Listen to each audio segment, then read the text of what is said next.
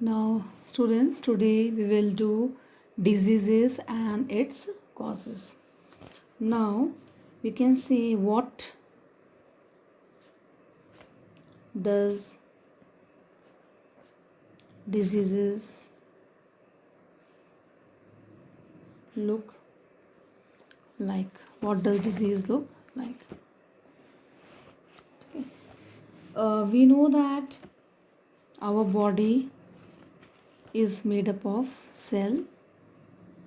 Cell will give rise to tissue, and tissue will form organ system, and this organ system, it carries out body function.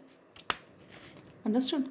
This organ system, it carry out body functions. Now each of the organ system has its part and a particular function. For example, we are taking digestive system. When we are talking about digestive system, then digestive system, it includes stomach and intestine, and it helps in the function is that it helps in digestion of food. Now when we are talking about musculoskeletal system, now this musculoskeletal system, it is made up of bones and muscles, and they work together and they help to hold the body parts together. Understood? Their bones and muscles, they work together and they help to hold the body parts together and helps the body move. So each of these organ system, they have specific organs and they perform particular functions. I have given example, digestive system made up of stomach, intestine, take a large intestine, and the function is digestion of food. Now musculoskeletal system made up of bones and muscles, they hold the body parts together and helps in the body movement. Now whenever there is a disease, now what happens, either the functioning of one or a more body system will change. Functioning of one or more body system will change. Understood? Functioning of one or more body system will change, and this changes give rise to symptom.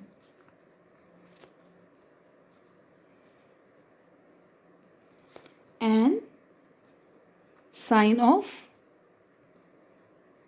disease. Understood? And when we are talking about symptom of a disease are things that we feel as being wrong, and the symptom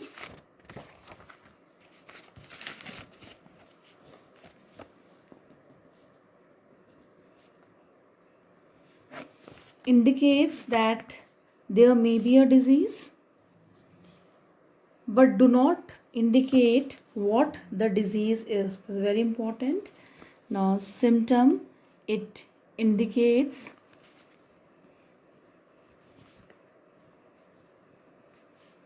that there may be a disease but do not indicate what the disease is. Understood? Again, I am repeating, symptom indicates that there may be a disease but do not indicate what the disease is. Now, sign. Now, sign of a disease is a definite indication. It is a definite indication of the presence of a particular disease. Again, I am repeating, it is a definite indication of the presence of a particular disease. And physician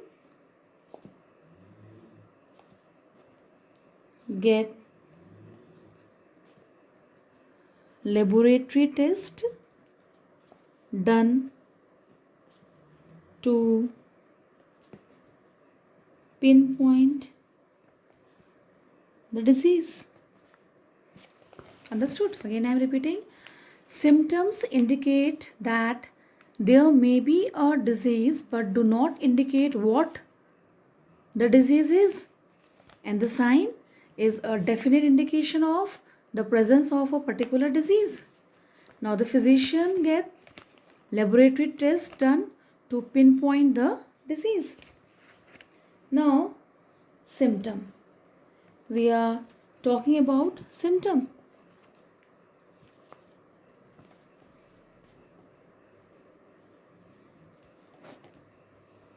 Now we are talking about symptom.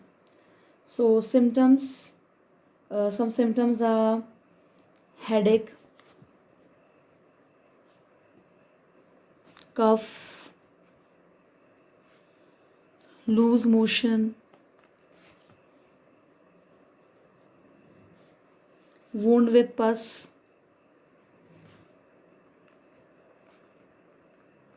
these all are symptoms. Now these indicate that there may be a disease, but they do not indicate what the disease is. For example, suppose a person is suffering from a headache. So headache means that it is due to any stress, which can be a examination stress, or it can be due to meningitis, we are saying. Okay, for example, we are talking about headache. It may be just due to examination stress, or very rarely it may means meningitis or any other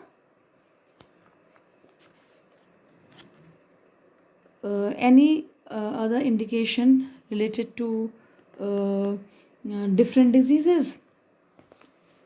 Understood? Now, causes of disease. Now, when we are talking about causes of disease,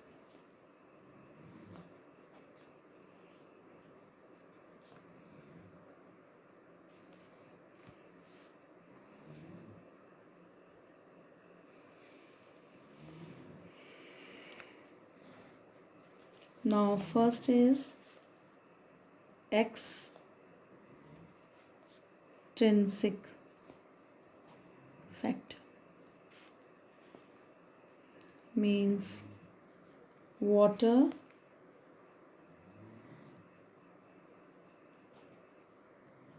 food,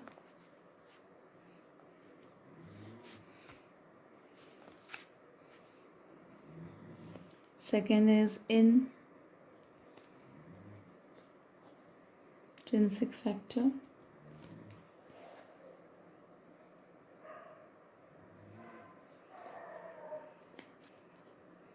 that is poor eating habit and poor nourishment,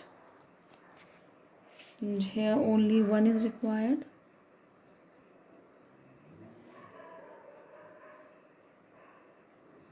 And here also only one is required. Understood? Extrinsic factor means water or food, only one is required. And intrinsic factor, poor eating habit, poor nourishment, only one is required. Third is genetic constitution, that we can say weak immune system. And fourth is social reason. We can say poor public services. Understood? Now we will deal with other causes of disease through a flow chart. Now here, causes of diseases. Now first cause we are taking here is a biological agent.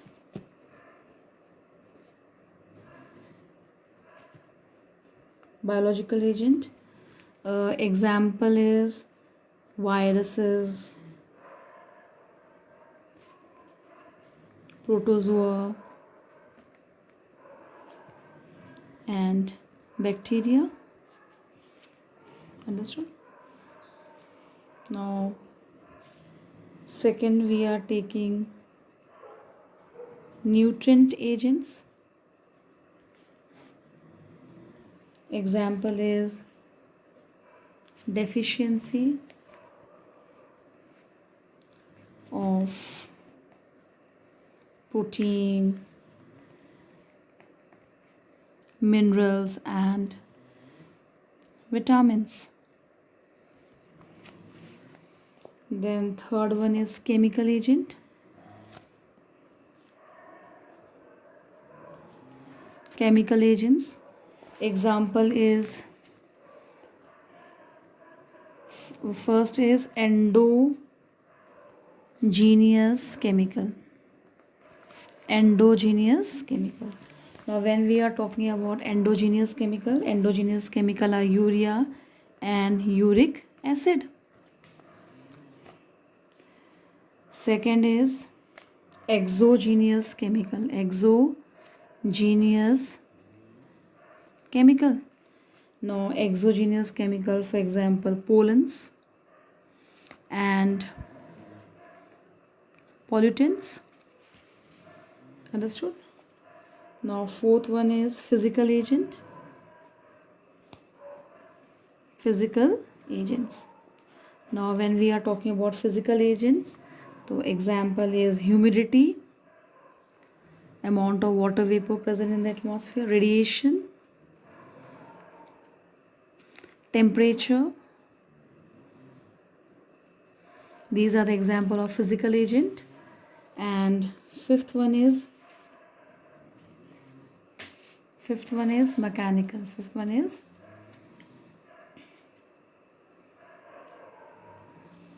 mechanical agents.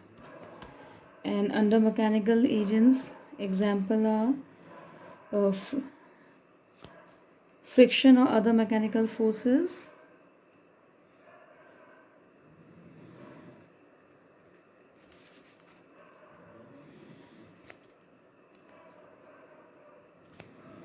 mechanical forces causing injury or sprain.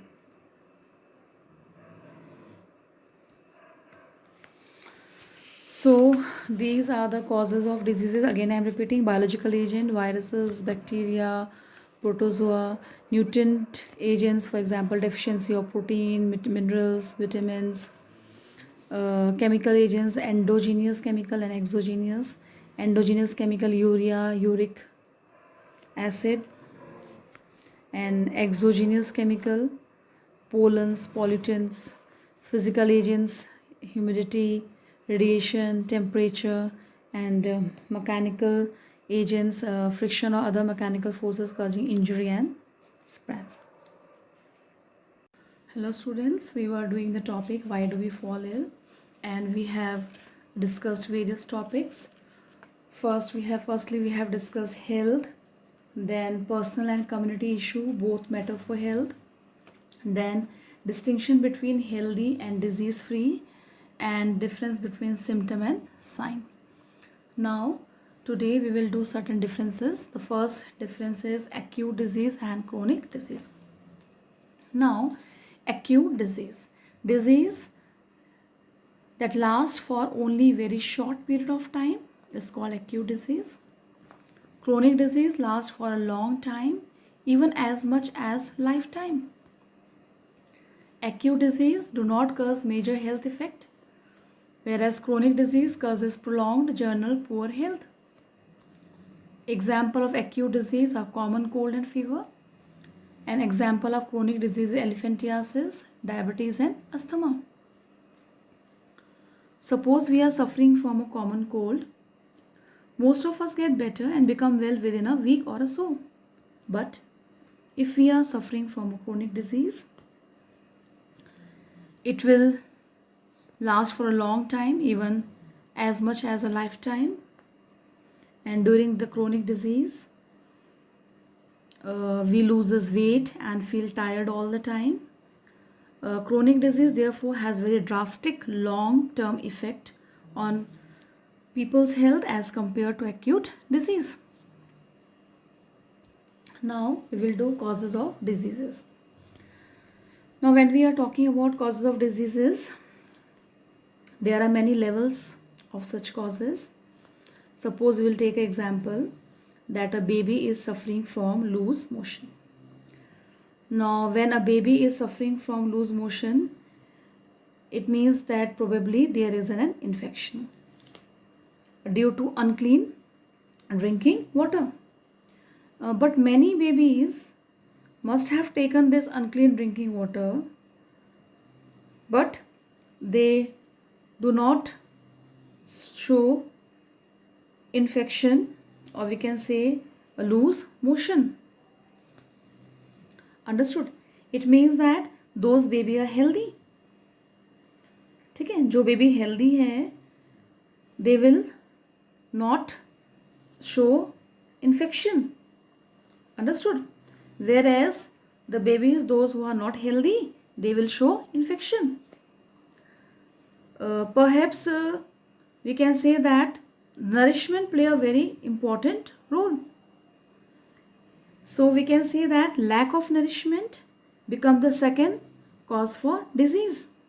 Those babies who are well nourished, they will not show any infection due to unclean drinking water. Now, public services and lack of public services and poverty. It is the third cause for the disease. Now, causes of diseases have many levels, that is infection, lack of nourishment, lack of public services and poverty. Now, difference between infectious and non-infectious disease. Now, infectious disease, they are caused by infectious agent, mostly microbes or microorganism. For example, viruses, bacteria, protozoa, fungi, etc. Now, microbes are the immediate cause. Microbes can spread in the community and the disease they cause will spread with them. And the example of infectious disease is tuberculosis and pneumonia. Now, non-infectious disease are not caused by infectious agent. Their cause vary, but they are not external causes like microbes. Mostly internal non-infectious causes. For example, cancer, it is caused by a genetic abnormality. High blood pressure, it is caused due to excessive weight and lack of exercise. Again, I am repeating. Infectious disease, they are caused by infectious agent, mostly microbes or microorganisms such as viruses, bacteria, fungi, protozoa, etc. Microbes are the immediate cause. Microbes can spread in the community and the disease they cause will spread with them. For example, tuberculosis and pneumonia. Now, non-infectious are not caused by infectious agent. Their causes vary, but they are not external causes like microbes. Mostly internal causes. Non-infectious causes. For example, cancer caused by genetic abnormality. High blood pressure caused due to excessive weight and lack of exercise. Now, we will do certain causal organism and disease caused by them. Now, first is Staphylococci, that is a bacteria. It causes acne. Leishmania, it is a protozoan, causes Kala-Azar. Trypanosoma, again protozoan, causes sleeping sickness. Ascaris lumbricoides, roundworm, causes worm. Again I am repeating. Staphylococci bacteria causes acne. Leishmania protozoan causes Kala-Azar. Trypanosoma protozoan causes sleeping sickness. Ascaris lumbricoides, roundworm, causes worm.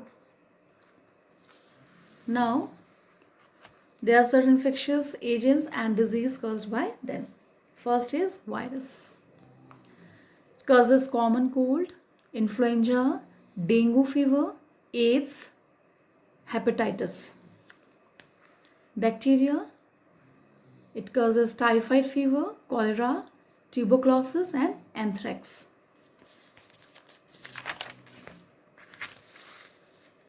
Fungi. It causes skin infection.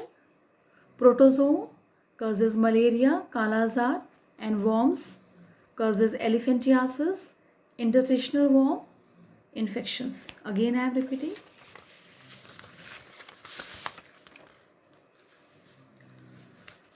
Infectious agent virus causes common cold, influenza, dengue, fever, AIDS, hepatitis. And nowadays we are facing coronavirus also. Bacteria, typhoid fever, cholera, tuberculosis, anthrax. Fungi, it causes skin infections. Protozoan, malaria and Kala-Azar.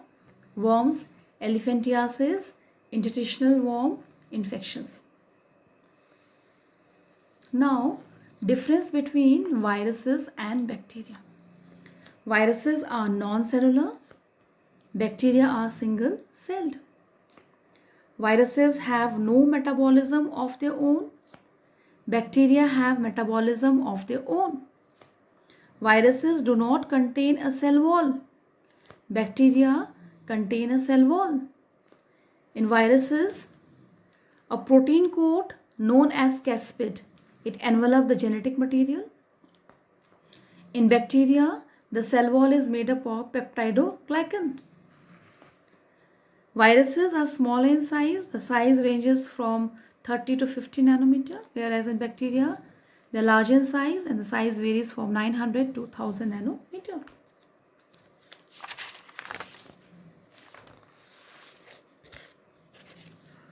Viruses, they can replicate only within the host cell, host dependent reproduction, whereas bacteria, they are living organism host independent reproduction. Viruses can be crystallized, bacteria cannot be crystallized. Viruses causes disease like common cold, polio, smallpox, hepatitis, AIDS, corona, etc. And bacteria, it causes pneumonia, meningitis, food poisoning, typhoid, etc. Example of viruses are coronavirus, HIV, hepatitis A. Example of bacteria are Salmonella typhi, Vibrio cholerae. Again, I am doing the difference between the viruses and bacteria. Viruses are non-cellular, bacteria are single-celled. Viruses have no metabolism of their own, bacteria have metabolism of their own. Viruses do not contain a cell wall. Protein coat known as caspid envelop the genetic material. Bacterial cell wall is made up of peptidoglycan. Small in size. Viruses are small in size. The size ranges from 30 to 50 nanometer. Whereas bacteria larger in size. The sizes varies from 900 to 1000 nanometer. Viruses, they can replicate only within the host cell, host dependent reproduction. Bacteria, they are living organism, host independent reproduction. Viruses can be crystallized, bacteria cannot be crystallized. Viruses causes disease like common cold, polio, smallpox, hepatitis, AIDS,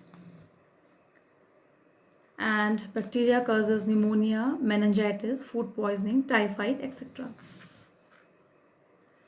Viruses, example of viruses are coronavirus, HIV virus and hepatitis A virus.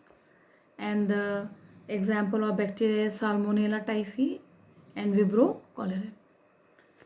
So these were some important topics which we have discussed today. In the next topic, we will discuss the means of spread of infectious disease, organ specific and tissue specific manifestation, and principle of treatment and principle of prevention. So the today lecture is over.